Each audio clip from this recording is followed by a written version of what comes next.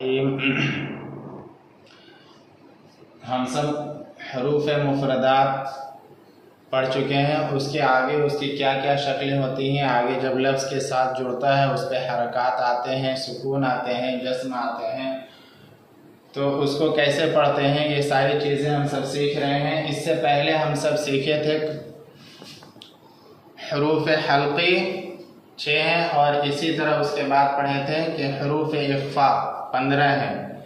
हरूफ इख्फा और हरूफ हल्की जज़म या नून साकिन या तनवीन के बाद ये हरूफ आएंगे, तो कैसे पढ़ेंगे इसको अच्छी तरह से हम सब एग्जाम्पल के साथ, मिसालों के साथ पढ़ लिए हैं।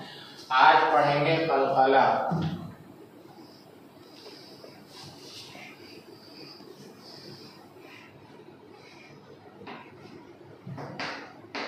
कलकला जैसे हरूफ हल्की था, हरूफ इख्फा, वैसे ही हरूफ कलकला है।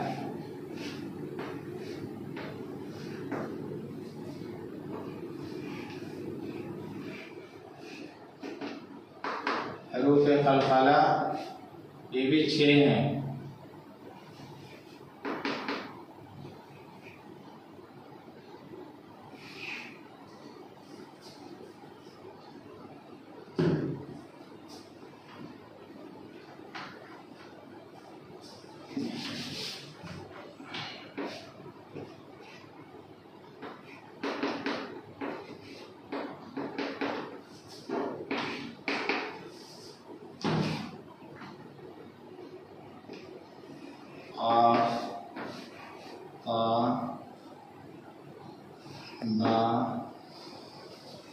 जीम दाल।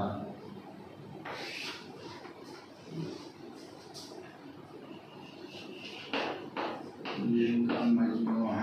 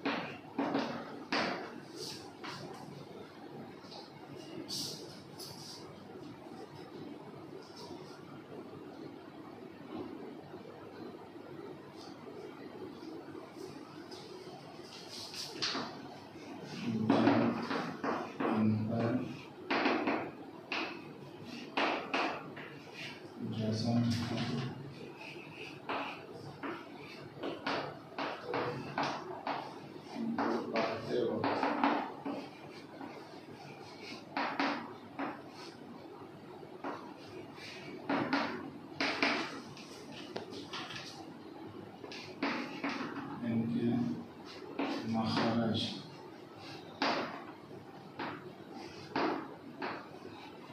टक्कर खाकर।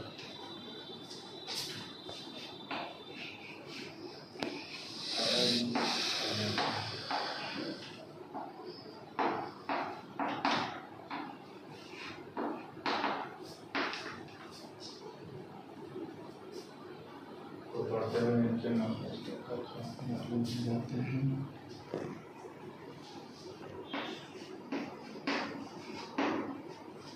उड़ती हुई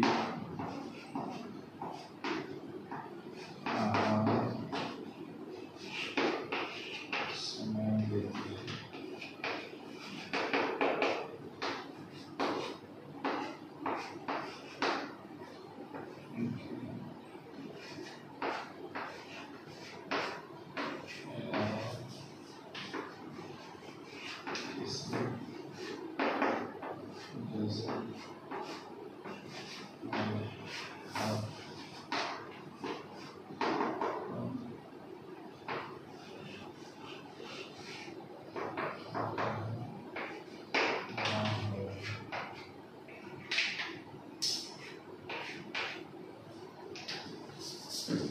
आज हम सब पढ़ रहे हैं कलकला का बयान। कलकला का कायदा, हरूफ कलकला 5 हैं, काफ, ता, बा, जीम, दाल। हरूफ कलकला 5 हैं, काफ, ता, बा, मुआ। इसी काफ ता को एक साथ ये हरूफ में मिला दिया, अल्फाज में मिला दिया गया है ताकि ये लफ्ज हम याद कर लें, ये जुमला याद कर लें तो हमको ये हरूफ आसानी से याद हो जाता है। तो इसी को मजमुआ कह रहा है कि जिनका मजमुआ कुतुबु जद्दी हरूफ कलकला 5 हैं, अलग अलग पता है, काफ ता बा जीम दाल, इसी को मिला देंगे तो बनेगा कुतुबु जद्दीन। तो इसमें 5 हरूफ आ गए हैं। तो जिनका मजमुआ कुतुबु जद्दीन है, अब इसका रूल्स कायदा बता रहे हैं कि जब इन पर जज़म हो, इन 5 हर्फ पर जब इन पर जज़म हो तो इनको पढ़ते वक्त इनके मखरज टक्कर खाकर अलग हो जाते हैं।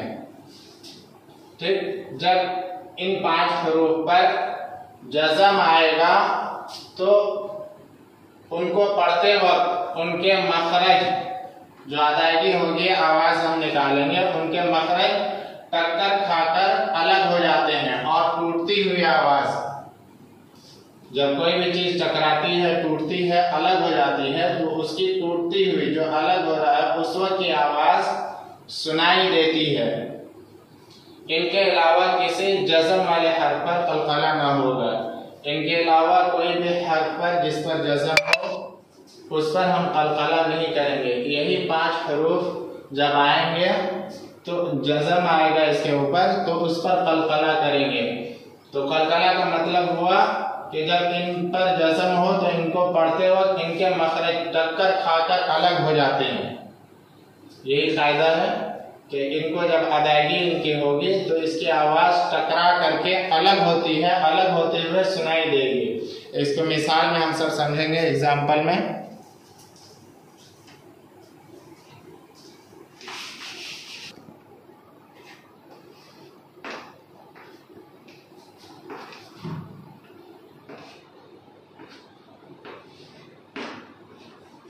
इब,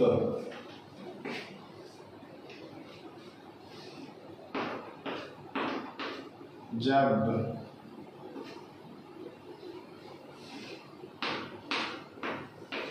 जिब, क़त,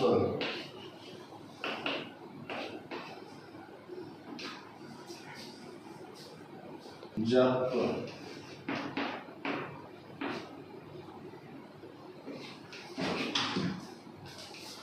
यजअल,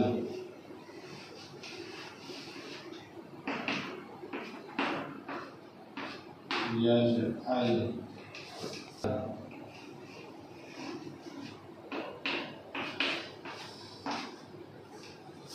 खलक़ना,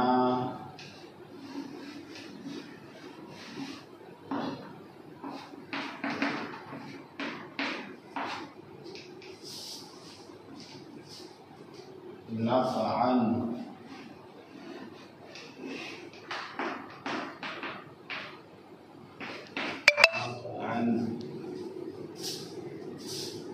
अफ़अमना,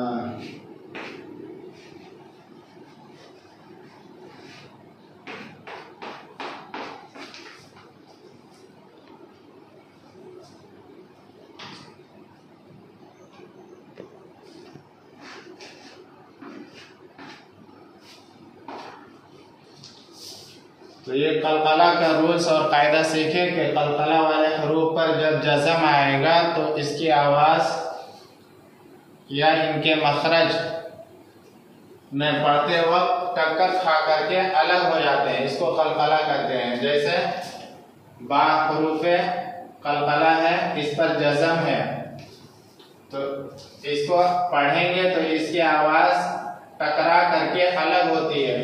अब, अब,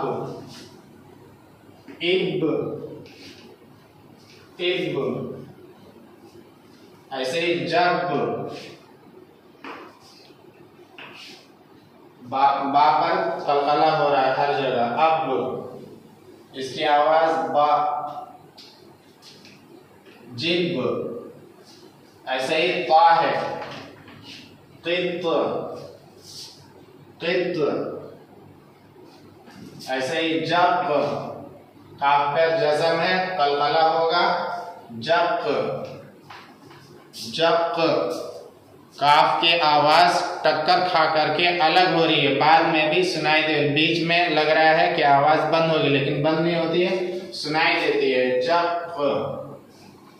ऐसे ही यज, अल, यज, जीम, जीम पर जज़म, तो इसमें कलकला होगा। यज, अल।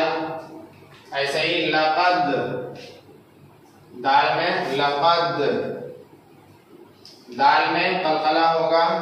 ऐसे ही खलक, ना, खलक, ना, काफ में कलकला होगा। ऐसे ही नक, अन, नक, अन, काफ पे जज़म है, कलकला होगा। जब जज़म रहेगा इसके ऊपर तभी होगा। ऐसे ही अत, अत, अत, अमाना, अत, अमाना। खाने के बाद की दुआ पढ़ते हैं, अल्हम्दुलिल्लाहिल्लज़ी अत अमाना व सक़ाना। तो अत, ता में कलकला होगा। ऐसे ही शुद्ध, दाल, दाल में कलकला हो रहा है, शुद्ध। ऐसे ही ये बहुत छोटे छोटे अल्फाज हैं, लफ्ज हैं, जिसमें हम कलकला के मिसाल को समझे। अब कुछ पुरानी आयतों में हम सब इनके मिसाल को देखते हैं जहाँ पे कलकला होता है। कुरान करीम में उनकी आयतों से सीखेंगे।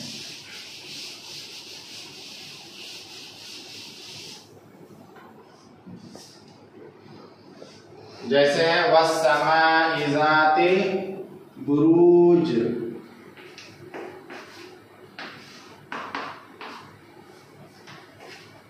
ज़ातिल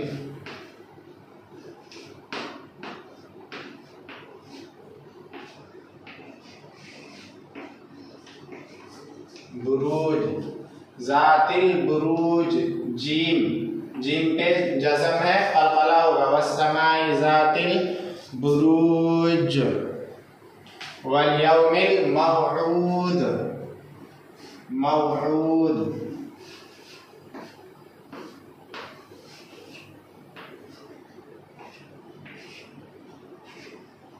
दाल पे जज़म आ रहा है, ऊद, कलकला करेंगे। जैसे ही सूरह तब्बत यदा में पढ़ते हैं, तब्बत यदा अबी लहब व तब, व तब मा अगना, तो अबी लहब,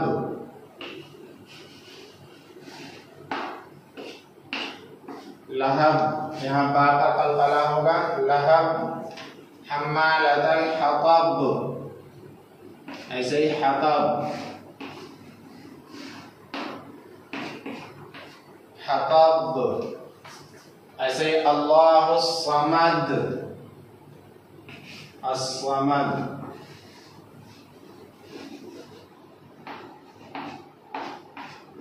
अस्समद, दाल में कलकला होगा। ऐसे ही कुल अऊज़ु बिरब्बिल फलक,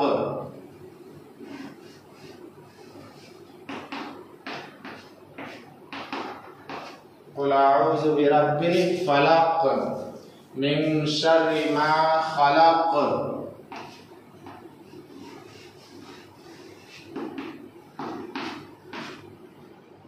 खलक। ठीक है, तो उम्मीद है कि हम सब समझ गए होंगे कि हरूफ कलकला 5 हैं, काफ, ता, बा, जीम, दाल। कि जब इन पर जज़म होता है तो इसकी आवाज टक्कर खा करके अलग होती है।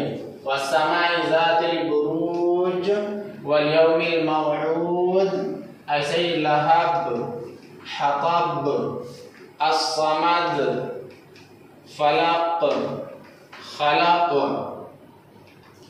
ठीक है, तो ऐसे ही इन हरूफ को या कोई भी किताब लें या कुरान करीम पढ़ें तो यहाँ वहाँ पर ध्यान रखें कि हरूफ कलकला पर जब जज़म होगा तो इसी कलकले वाले रूल के हिसाब से पढ़ेंगे।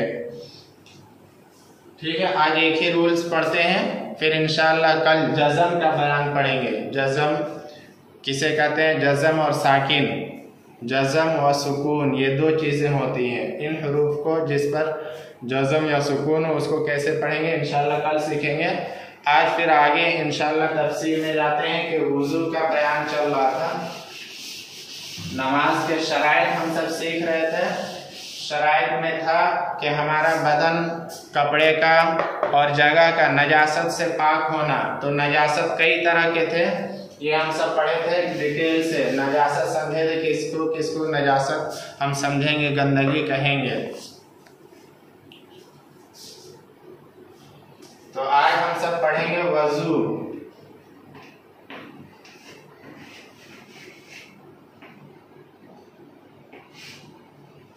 वजू कर रहे हैं।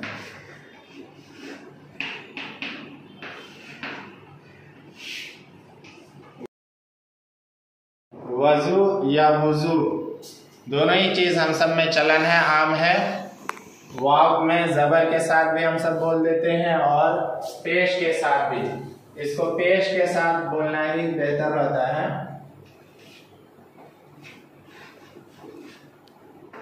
वुजू ये पेश के साथ पढ़ेंगे तो इसका माना होता है तहारत हासिल करना।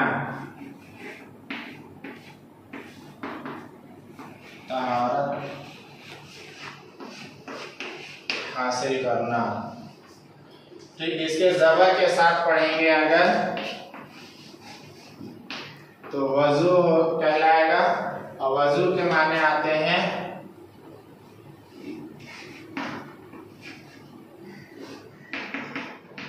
जिस चीज से तहारत हासिल करें।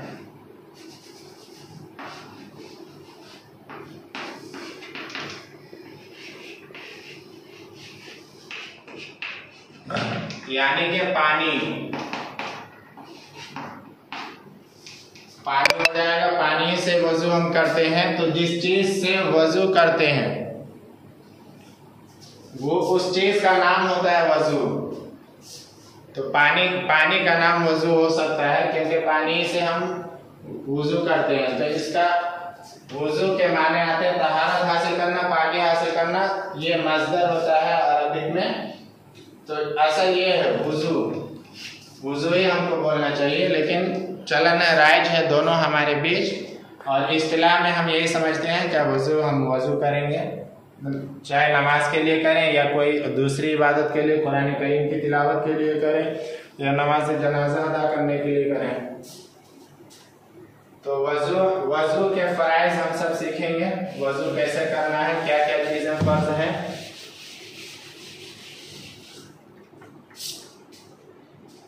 वजू के फराइज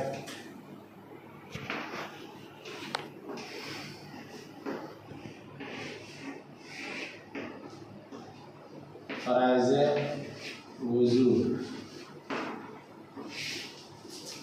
4 हैं। नंबर 1 चेहरा का धोना।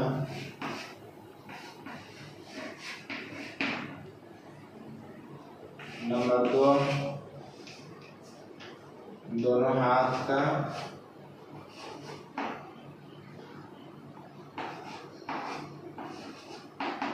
दोनों हाथ कोहनियों समेत धोना।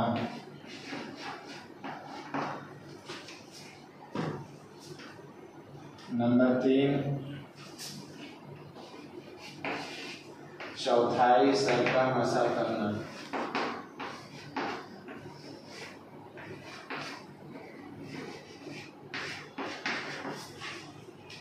नंबर 4 दोनों पांव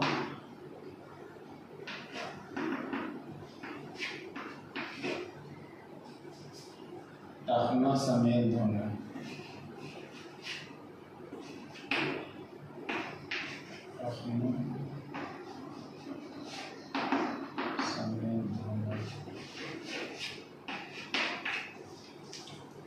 फराइज़ वुज़ू 4 हैं। नंबर 1, चेहरे का धोना। ये जो सामने का हमारा चेहरा है, इसका पूरा चेहरा धोना 1 मर्तबा ये फर्ज होता है। ठीक। नंबर 1, चेहरे का धोना। तो चेहरा ये हमारा सामने का जितना हिस्सा है, ये बाल के नीचे जो पेशानी शुरू हो रही है, यहाँ से लेकर के ये ठुड्डी है, ठुड्डी के नीचे, और ये एक कान से लेकर के दूसरे कान के लौ तक, ये पूरा चेहरा कहलाता है। ये इस पूरे चेहरे का धोना 1 मर्तबा फर्ज है। तो चेहरा का धोना। नंबर 2, दोनों हाथ कोहनियों समेत धोना। ये हमारे जो दोनों हाथ हैं, इसका ये जो मूवमेंट हो रहा है, घूमता है जहाँ से, ये कोहनी समेत, ये कोहनी कहलाता है। ये एल्बो हमारा साथ में होगा। तो दोनों हाथ यहाँ तक, कोहनी तक धोना जरूरी है। दोनों हाथ कोहनियों समेत धोना। नंबर 3 है चौथाई सर का मसा करना। ये पूरे सर का मसा करना सुन्नत में आएगा, लेकिन पूरे सर को 4 हिस्सा में भाग करें तो उसका 1/4 सर का मसा करना फर्ज है। तो इसको मसा करते हैं। नंबर 4, दोनों पांव टखनों समेत धोना। पांव से, कदम से लगे हुए जो उभरी हुई 2 हड्डी होती है, उसके साथ वो हड्डी भी धुलेगी। तो दोनों पांव को टखनों समेत धोना। ये 4 चीजें फर्ज हैं। तो ये 4 चीजें हम कर लेंगे, हमारा वुजू हो जाएगा। वुजू हमारा होने के लिए, वुजू एक तरह का पाकी है। जैसे हम नजासत की किस्में पढ़े थे, नापाकी की किस्में पढ़े थे, उसमें हम सब पढ़े थे कि कई किस्में हैं। उसमें से एक नजासत हुक्मी पढ़े थे कि नजासत हुक्मी भी होता है। नजासत हुक्मी वो था कि शरीयत ने उसको गंदगी करार दिया है, तो हमको उसको गंदा समझना होगा, क्योंकि शरीयत ने उसे गंदा करार देने का हुक्म दिया है। तो उसमें से था हदस अकबर और हदस असगर, 2 चीजें थी नापाकी की। तो हदस अकबर था कि जब हमको गुस्ल करना पड़े, ऐसी नजासत लाहिक हो जाए कि हमको गुस्ल की जरूरत पड़ जाए। जैसे था कि हैज के बाद औरतों को गुस्ल करना फर्ज हो जाता है, तो वो हदस हो गया। ऐसे ही था कि हम बिस्तरी के बाद या इहतिलाम के बाद गुस्ल फर्ज हो जाता है। वैसे ही ये हुक्मी है, हदस असगर है। ये वुजू हदस असगर के लाहिक होने से, जैसे हदस असगर लाहिक होता है जब हमारा रिया खारिज हो या पेशाब हम कर लें, तो हमको हदस असगर लाहिक हो जाएगा। हमको फिर वुजू करना जरूरी हो जाएगा जब हम नमाज अदा करें उसके लिए। तो वुजू कैसे कंप्लीट होगा हमारा? तो नंबर 1 है चेहरे का धो लें। नंबर 2, दोनों हाथ को 1 मरतबा धो लें। फिर सर का मसा कर लें और फिर दोनों पैर को टखनों समेत धो लें, तो हमारा वुजू कंप्लीट हो जाएगा। अब इसके था कि जैसे गुस्ल के कुछ मुस्तहब्बात थे कि किबला की तरफ रुक करके ना नहाएं, ये था गुस्ल में कि उस मुस्तहब्बात। ऐसे ही था कि ऐसी जगह बैठे जहाँ पर जो है पानी जमा ना हो। तो आज आप फिर पढ़ेंगे, जब फराइज़ वुजू सीख लिए तो इसके मुस्तहब्बात क्या हैं। इसके मुस्तहब्बात में से है कि जब भी हम वुजू करना शुरू करें तो पहले बिस्मिल्लाह बोल लें। जब भी कोई अच्छा काम करें तो हमारा हुक्म है कि हम बिस्मिल्लाह करके उस चीज़ को शुरू करें। तो हम बिस्मिल्लाह सबसे पहले बोलें, फिर या तो वुजू की दुआ फिर पढ़ें कि बिस्मिल्लाह दुआ है, करने की दुआ है बिस्मिल्लाहिल अज़ीम वल्हम्दुलिल्लाहि अला दीनिल इस्लाम। बिस्मिल्लाहिल अज़ीम वल्हम्दुलिल्लाहि अला दीनिल इस्लाम, ये वुजू की दुआ हो गई। और वुजू का तरीके में, वुजू करने में जो मुस्तहब्बात हैं वो ये हैं कि सबसे पहले हम दोनों हाथ को गट्टों तक, कलाई तक धोएं 3 मरतबा। वुजू करने का जब भी इरादा हो तो हम सबसे पहले दोनों हाथ, हथेली गट्टों तक, कलाई तक धो लें, ये मुस्तहब है। उसके बाद नाक में 3 मरतबा पानी डालना, ये भी मुस्तहब है। ऐसे कुल्ली करना ये भी मुस्तहब है, पूरे मुंह का कुल्ली करना पानी लेकर के ये मुस्तहब है। ऐसे ही मिसवाक करना मुस्तहब है। ऐसे ही पूरे चेहरे का 3 मरतबा या जितने भी आज़ा हमको वुज़ू में धोने हैं उसका 3-3 मरतबा धोना ये सुन्नत है। ऐसे ही एक अमल के बाद दूसरा अमल, जैसे हम पूरा चेहरा धोए उसके बाद दोनों हाथ धोए फिर सर का मसा के, तो पैर दर पे करना, यानी एक काम के बाद दूसरा, एक हाथ के बाद दूसरा हाथ, फिर मसा, उसके बाद एक पैर के बाद दूसरा पैर, ये तरतीबवार आज़ा का धोना ये भी मुस्तहब है। पहले हम चेहरा धो लें या पहले दोनों हाथ धो लें फिर उसके बाद चेहरा धोएं तो ऐसे भी वुज़ू हो जाएगा, लेकिन एक तरतीब के साथ एक अच्छे तरीके से धोना ये मुस्तहब है। ऐसे ही पूरे सर का मसा करना, 1/4 मसा करना सर का ये फ़र्ज़ है, लेकिन पूरे सर का मसा करना ये सुन्नत है, मुस्तहब है। ऐसे दोनों कानों का मसा करना ये मुस्तहब है। दाढ़ी का खिलाल करना ये मुस्तहब है। ऐसे ही उंगलियों का खिलाल करना, पैर की उंगलियों का खिलाल करना ये भी मुस्तहब है। और फिर वुज़ू करने के बाद जो दुआ है वो है सुब्हानल्लाहि, अशहदु करने के बाद की दुआ है अशहदु अल्ला इलाहा इल्लल्लाहु वहदहु ला शरीका लहु व अशहदु अन्ना मुहम्मदन अब्दुहु व रसूलुहु, यह है। फिर है उसके बाद अल्लाहुम्मा जअलनी मिनत तव्वाबीन व जअलनी मिनल मुतत्तहिरीन, ये दुआ पढ़ लें वज़ू के बाद। ये सारे मुस्तहब्बात हैं। तो वज़ू के फ़राइज़ हम सीख लिए, वज़ू के मुस्तहब्बात सीख लिए।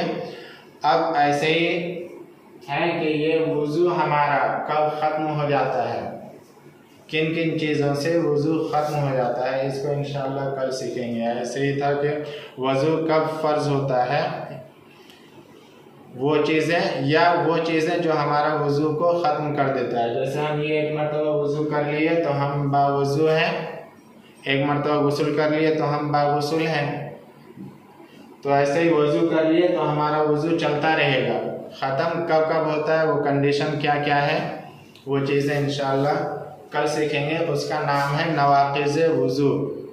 नवाक़िज़े वज़ू वो चीज़ें जो हमारे वज़ू को ख़त्म कर देती हैं, वो चीज़ें क्या क्या हैं इंशाअल्लाह कल सीखेंगे। हम गुजारिश करेंगे आप सबसे कि आप सब हमसे बने रहें, जुड़े रहें। जितने भी ऑनलाइन क्लासेस कर रहे हैं, घर बैठे कर रहे हैं, वो सारे टाइम से ऑन हो जाएं। और जो भी क्विज़ वगैरह रहे तो आप अपने चैट में डाला कीजिए, तो उसका इंशाअल्लाह जवाब भी दिया जाएगा। अस्सलामु अलैकुम।